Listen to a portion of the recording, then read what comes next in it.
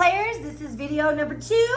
This is Mrs. Geist, and we are going to review what we talked about in class on day 2 already. We did a lot of stuff, so I know I talk fast. Hopefully you're not overwhelmed. We'll review some of that in band class, but this is a great time to watch the video and make sure that you know each step. So quick review, opening it on the floor safely, make sure the latches go down most of the time, make sure the brand name is at the top, and gently open it up before you get there. And there we go. So also we talked about having a name tag. Your parents got an email also. Please have your name tag so we know it's yours. Piece of paper doesn't count. A piece of tape doesn't count. Okay, so get a nice one that's going to be durable and sturdy and last all year long. So we have your mouthpiece. And we talked about making sure you had a mouthpiece cap. Please have one. Most of you already did, so I'm very proud of you for that. And your rental companies did a good job. If not, you can go to any of those music stores and get a mouthpiece cap. They're very inexpensive and they will save you money because they'll protect your reeds, okay? Don't just, I saw this week some people just throw it inside the case here, and now your reed is gonna get chipped and you're not gonna sound very good. So that's what the mouthpiece cap is for, okay? All right, then you've got your ligature we talked about. Most of you worked out pretty good on your ligature, making sure that it faces you. Okay, we talked about that. I'm not gonna spend much time about it anymore. Make sure it's low enough so your reed vibrates. Make sure your reed is on straight, not crooked, not up too high, not down too low. We talked about that too.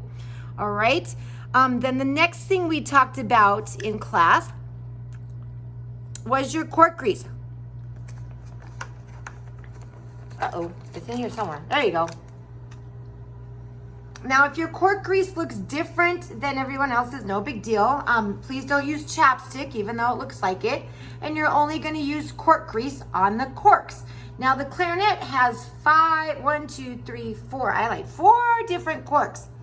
And your Clarinet is pretty new because most of you are renting and they put brand new corks on them for you. So when you grease it up, you're gonna have to do that for quite a while, for maybe the first 2-3 weeks that you practice. You're gonna do it a lot. You're gonna cork grease it a lot. Don't put too much on because then it'll start gushing out here and then your whole instrument's gonna be greasy. So just enough where it gets it all going. And I would do, while you're at it, you might as well do all of them. My fingers are still greasy from that one before, so I'm gonna put that on there. That seems to be enough. This one's pretty dry. I'm gonna put a little bit more on there. Not too much again, right? You don't wanna be slipping around there. All right, so that one's good too. If you want to, you can do the next one. But again, to review, you will do it a few times, like maybe 3 weeks until that cork becomes a little bit oiled and soaks in, right? And so what you got here next is your reed is going to be put on there first. Remember we talked about that? Take your time. I'm doing mine fast because I've already practiced for 50 years. So we take the ligature, and this is where some of us still went a little wackadoo this week.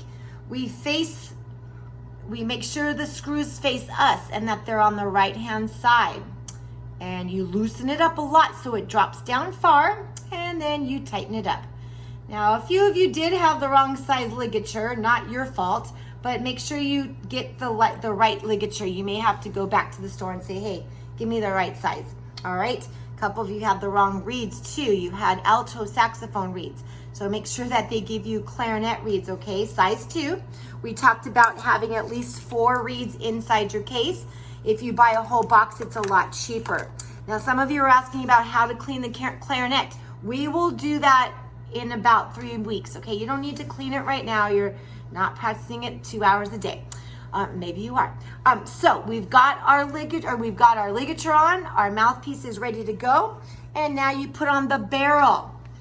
Okay, doesn't matter, just put it all on. It's not like the saxophone. Some of you got confused about that. That's okay. We want to make sure that the cork goes all the way down. Then you take your top joint. That's called the top joint or the upper joint. And you're gonna put it on the top. And some of you, I know you're like, which one's the top? I don't know. You're gonna put it on the top that has a lot of space there, all right? A lot of black space, not a lot of keys. You don't wanna put it down here where there's a lot of keys. Now, as I said before in the first video, do not put the rest of the clarinet together. You do not need the bottom joint, okay? Please don't put it together yet. There's a very delicate bridge key here. And if you break that bridge key, your parents will be very sad because it's very expensive to fix, okay? Please do not put the rest of the clarinet together. All you need is this. Now, this part's important. You're going to hold the top barrel part with your right hand. I repeat, hold the barrel with the right hand. Very important. Hold the top here with your right hand, okay? Now, you don't need your left hand yet. We're gonna put our mouthpiece in the mouth. Now remember, some of you put too much mouthpiece in your mouth, some of you didn't put enough. You're going to experiment with just the right amount of mouthpiece inside your mouth. So we don't squeak, and so we don't pinch it off and nothing comes out, okay? There's gotta be a happy medium there. Remember that bottom lip gets tucked all the way in, no sticking out your lip. It has to go inside your mouth, over your teeth, okay? Now your top teeth, just gently sit on the top of the mouthpiece. And the top lip, like I said in the last video, just sits on the top and relaxes. So now you're not using your left hand. Take a deep breath.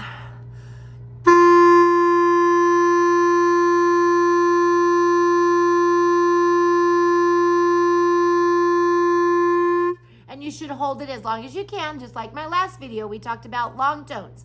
That's how we start class every day. You should have 5 minutes of long tones. And you're gonna first, remember, start with your mouthpiece only.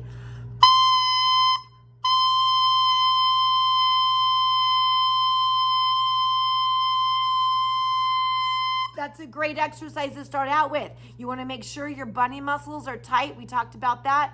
Firm bunny muscles, and you want that sound on the mouthpiece to be high, okay? Not loud, just high. Then you put on next your barrel and you practice with that. Why don't you see if you can match my pitch, my note? See if it's high enough.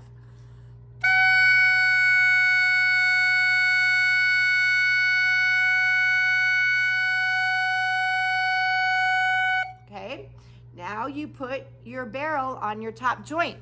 Now, how do you know where to stop? Well, that's the wrong way, that's the wrong way, that's the wrong way. So what you do is you look at the back, and on the back, there's not very many keys. There's just one little hole right there and one thumb key. That's called a register key. Very important to know that.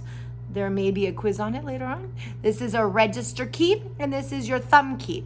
So you line up your ligature even with that hole and the register key. Okay, hopefully that makes sense. Now I hold it out again, no hands.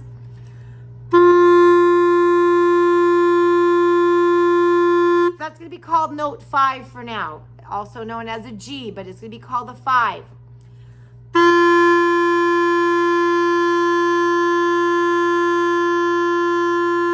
Next, you're gonna put your thumb down, your left hand thumb, because you're holding it with your right hand. You're gonna put your thumb down there, right there. Make sure it's not like that. Make sure it's not like that. We want your thumb to be straight on angle like that, okay? There's a big reason why. So don't go like that. Don't go like that. Your thumb should just be natural. And now you're gonna press that down.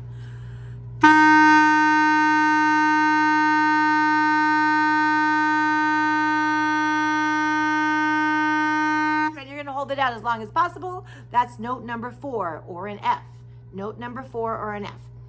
So you keep your thumb down, and then you add your first finger right there and make sure it covers the hole.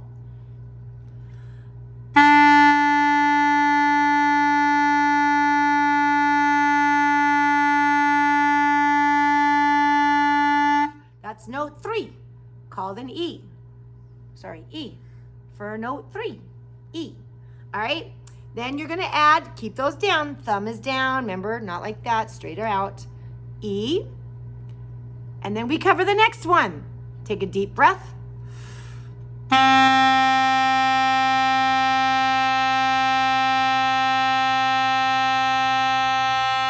Then we add our pinky. not a pinky, I'm sorry. We have the next finger. It's our ring finger, okay? And that's called note 1. That's a C. Note 1 is a C. These are all in your book, by the way. If you start reading your blue book, it'll show you all these note names, where they are, what they look like, and how to finger them. These are how I'm showing you fingerings right now. I call this thumb 1, 2, 3. Thumb 1, 2, 3.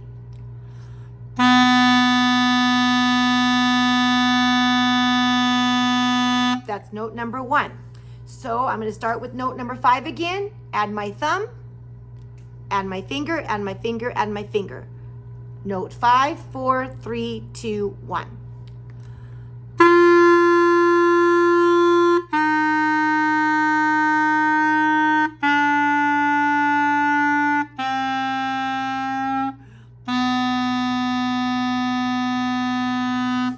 All right, so that's gonna take a lot of practice and a lot of long tones. Okay, and keeping this steady. We don't want any elementary sounds, right? You guys are off to a really good start with your embouchure, okay? So we want to keep it that way. No puffy cheeks. I don't want to see that. So you need to look in the mirror and see what your cheeks are doing and see what your lip is doing, okay? We barely talked about tonguing at most of my schools. If you understand that concept, you can try tonguing, but I don't want to give you too much because your sound right now is the most important thing. So next video will be how to tongue and how to clean and take care of your clarinet. Trust me, it's not very hard. All right, so happy practicing. I'll see you this week. Bye.